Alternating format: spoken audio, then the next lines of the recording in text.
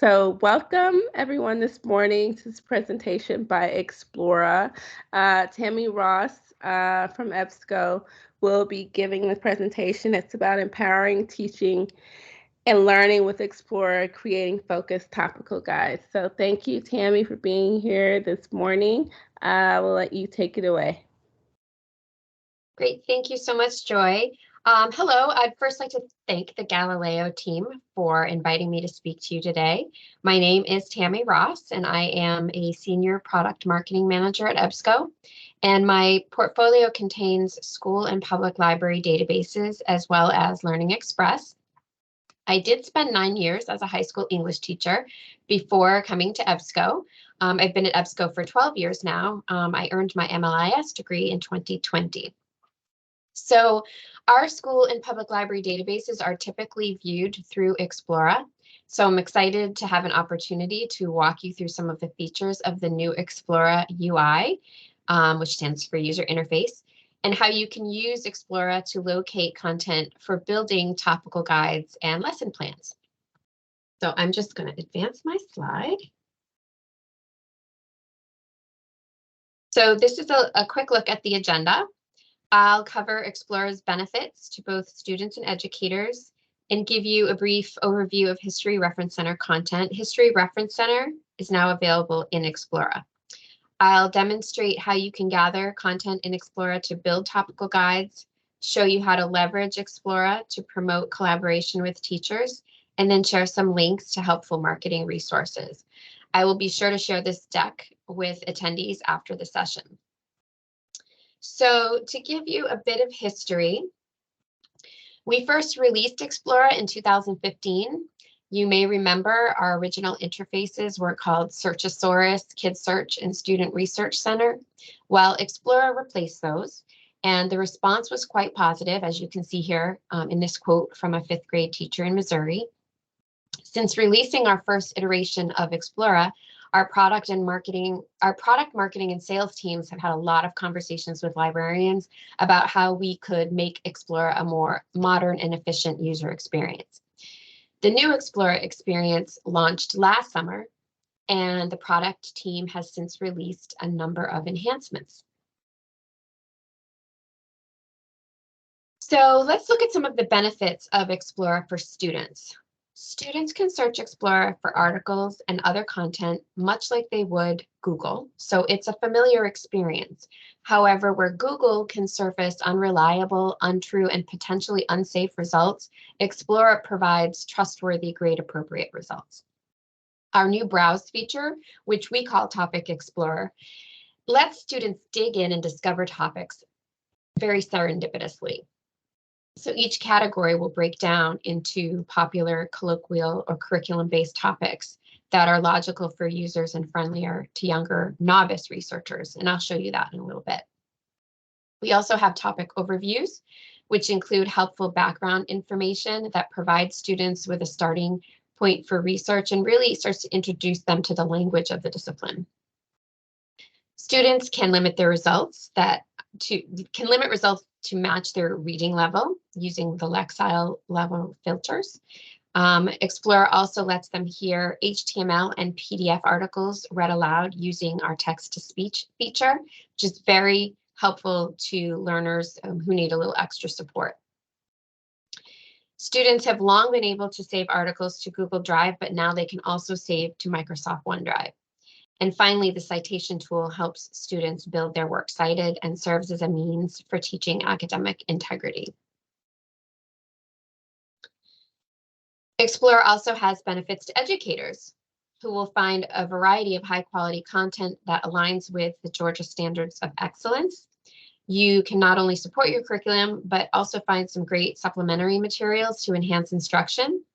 There are also Lexile measures to help you find articles that match student reading levels. You can also share content to Google Classroom and add links to articles and multimedia content to your school's LMS course modules. For example, if you use Canvas or Schoology. That puts you in a position to more easily provide direct access to reputable materials, increase digital information literacy, and much more. So for today's demo, I'm going to be using History Reference Center, which is now available in the Explora, the new Explora UI. History Reference Center offers a variety of content that can support research and classroom, student research and classroom instruction. You have a robust reference ebook collection, history magazines and journals, biographies, and primary source documents. And just to note that History Today, which is included in History Reference Center, is the most used history magazine across EBSCO. And we have complete articles from 1975 to the present. The primary sources include historical speeches, presidential papers, Supreme Court decisions, and other essential documents in American history. So I'm just going to show you the key features of the new Explora UI in the demo, some of which I've already touched on in the benefits slides, but they include a more modern, intuitive interface for all users, and the Topic Explorer feature has a lot to do with that.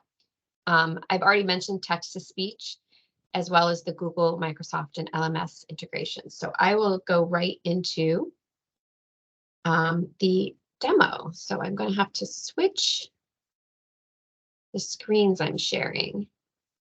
Stop sharing for a minute. Share.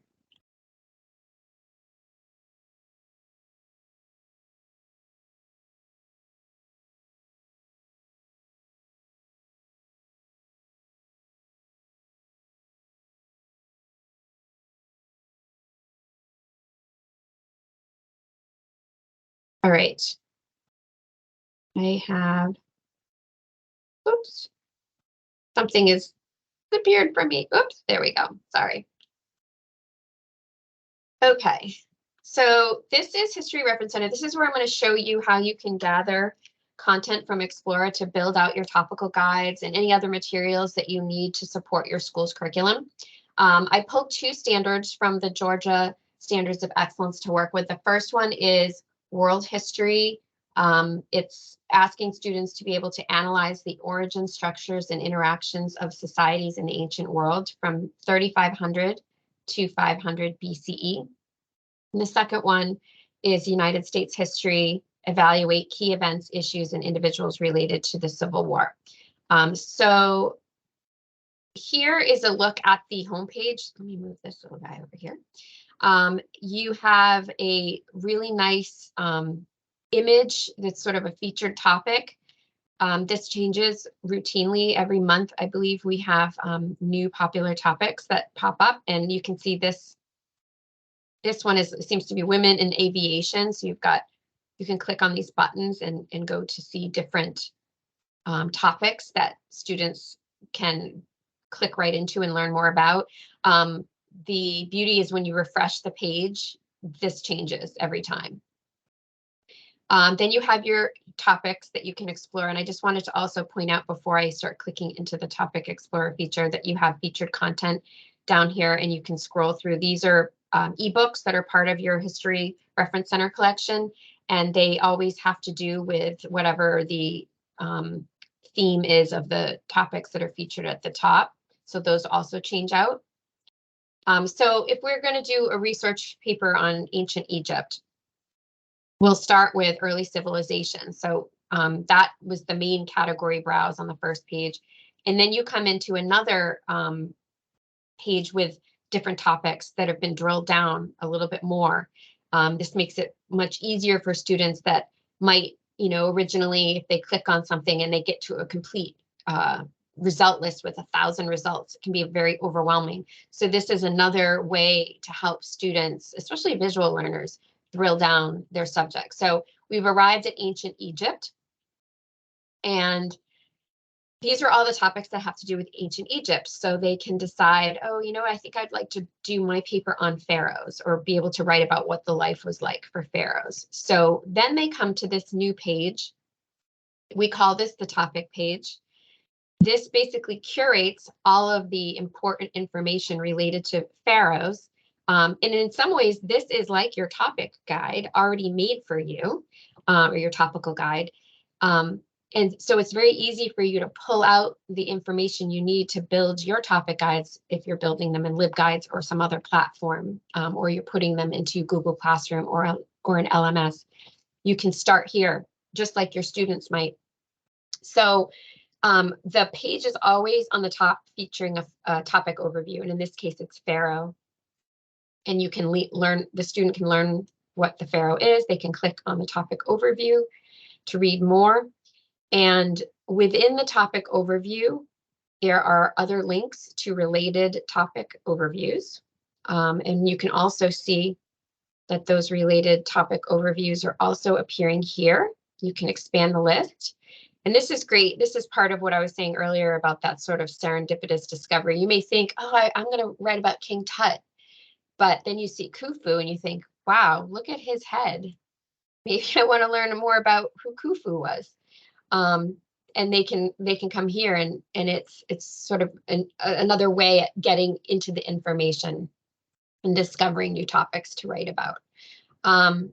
There is also a list of, we have three basic results here. They're typically like the first three. And then if there were ebooks that are related, they would appear below here. They're not in this example, but I'll show them in the next example. But these pages are constantly being built out as content is being added, as enhancements are being released. So there could very well be books that start appearing down here. So let me click the View All Results. And this is the more traditional search result page. So if we wanted to learn about King Tut, this article here is from History Today, November 2022. If they want to access it, there's the online full text. There's also the PDF full text. And I'll click PDF just so you can see it's a really nice full color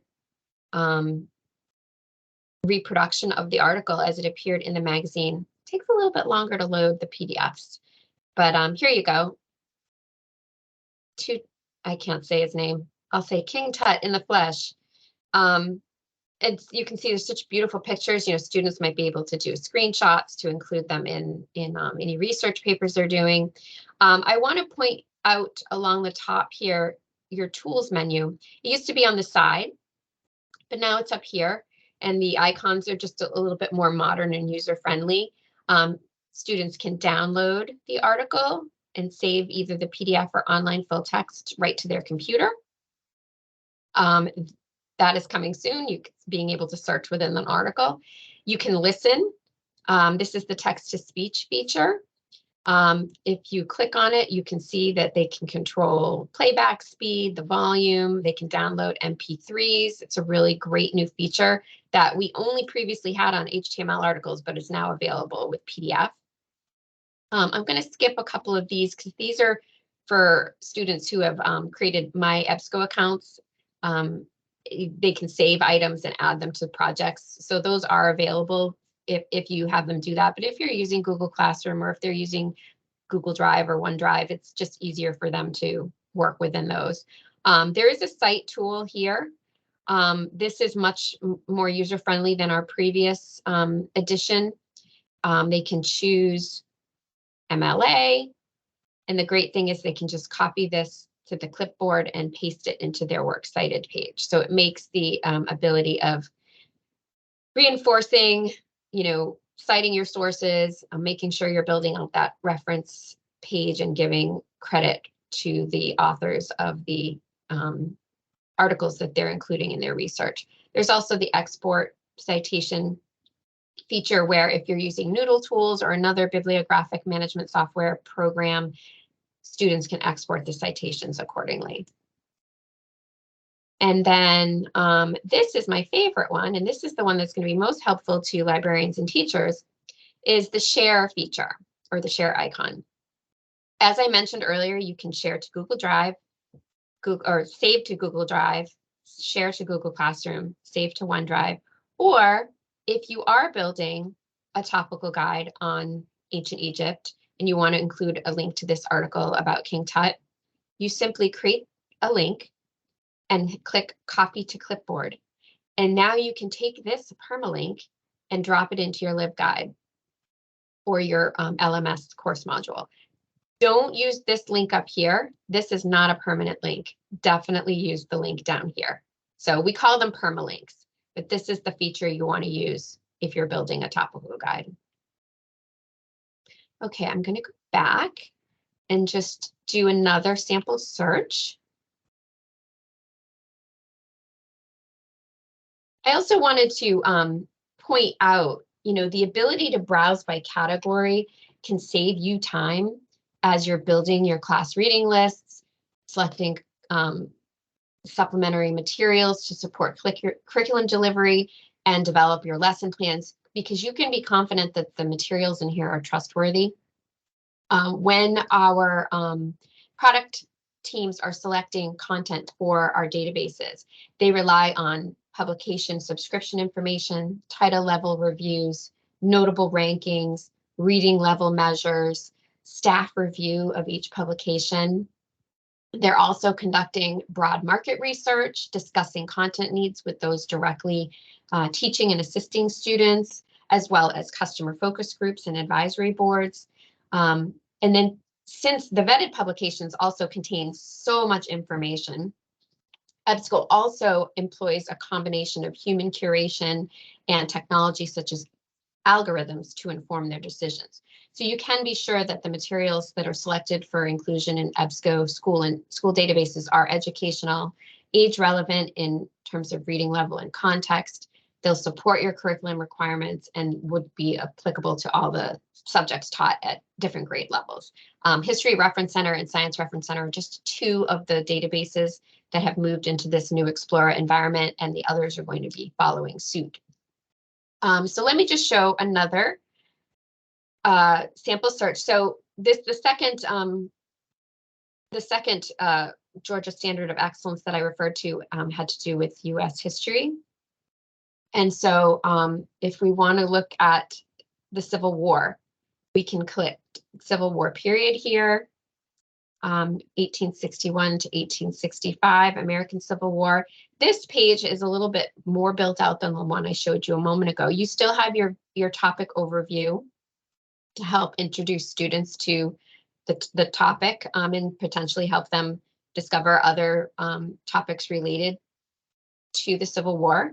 You have a number of subtopics here. A lot of these are battles, related topic overviews, as I mentioned. And here's where I wanted to point out the featured content, where all of the ebooks show up that are related to the Civil War. So I definitely recommend, students know about this so that they can pull up the books much more quickly. Here is the result list. I wanted to just show you the filters using this sample search. The filters used to be on the left, but now they have moved to the top of the page. You can do some filtering right from this page. So for example, if I want primary source documents, I can apply that filter here. You can also do Lexile level. If you click all filters, you'll see all of the ones you can choose. So you can limit to Lexile. Date range is here. I'll leave the filters as they are and just primary source. And you can access the full text of a number. Most of these will obviously be HTML because they're older documents. So we don't always have PDFs for all of those. But again, you'll have all of the information in the article, and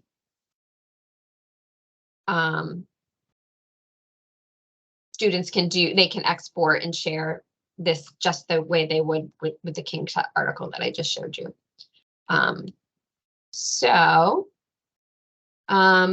Let me go back to my, I'll leave this up in case I need to come back to it, but let me stop sharing for a moment and then go back to my other page, my other share. There we go. Okay.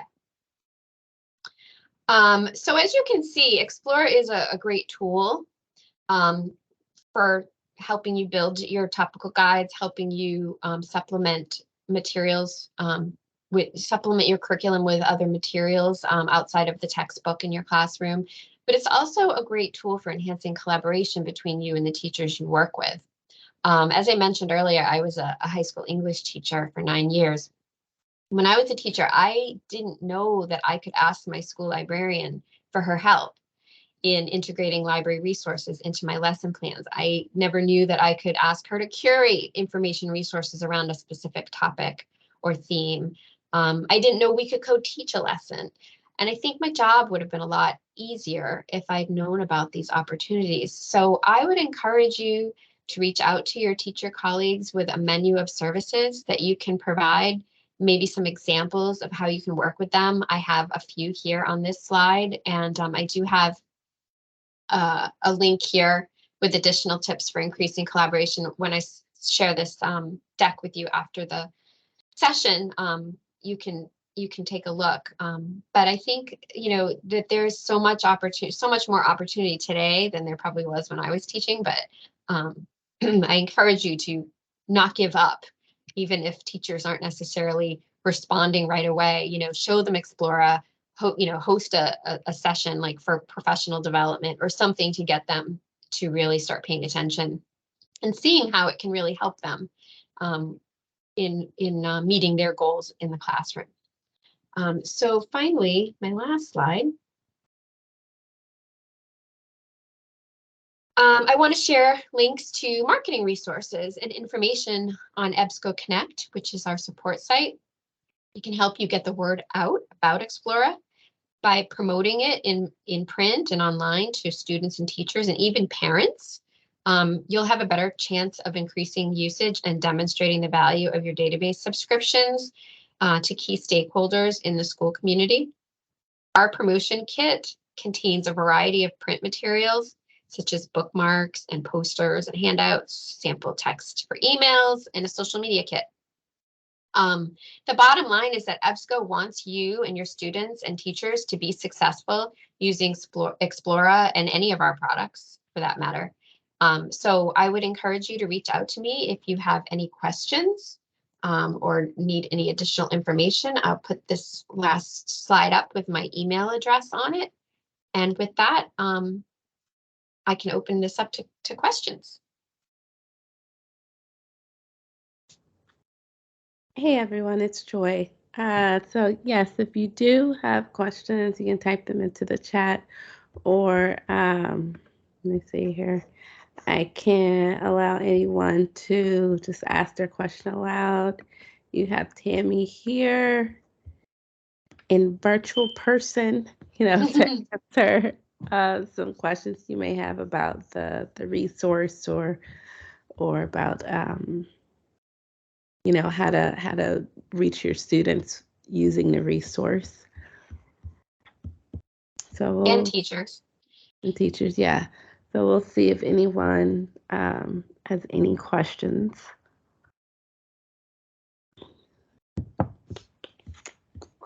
Happy to answer any questions. My colleague is on the phone too. If you have any questions about the product itself that I can't answer, she might be able to. I think we could take that maybe as a good sign. I know I threw a lot out at once, so maybe people are still processing, but feel free to reach out to me. You all will have I will make the slide deck available to you all in one way or another. You can either reach out to me if you haven't seen it on our website, and I can send it to you. And then the recording will be available potentially on by Friday afternoon, this Friday afternoon. So with that, I'd just like to thank Tammy for bringing this presentation to our K through 12 audience. And her email address is right there on the slide if you all have any questions afterward that you would like to ask her. Enjoy the rest of your day, and thank you. Thank you very much. I appreciate the opportunity. Bye.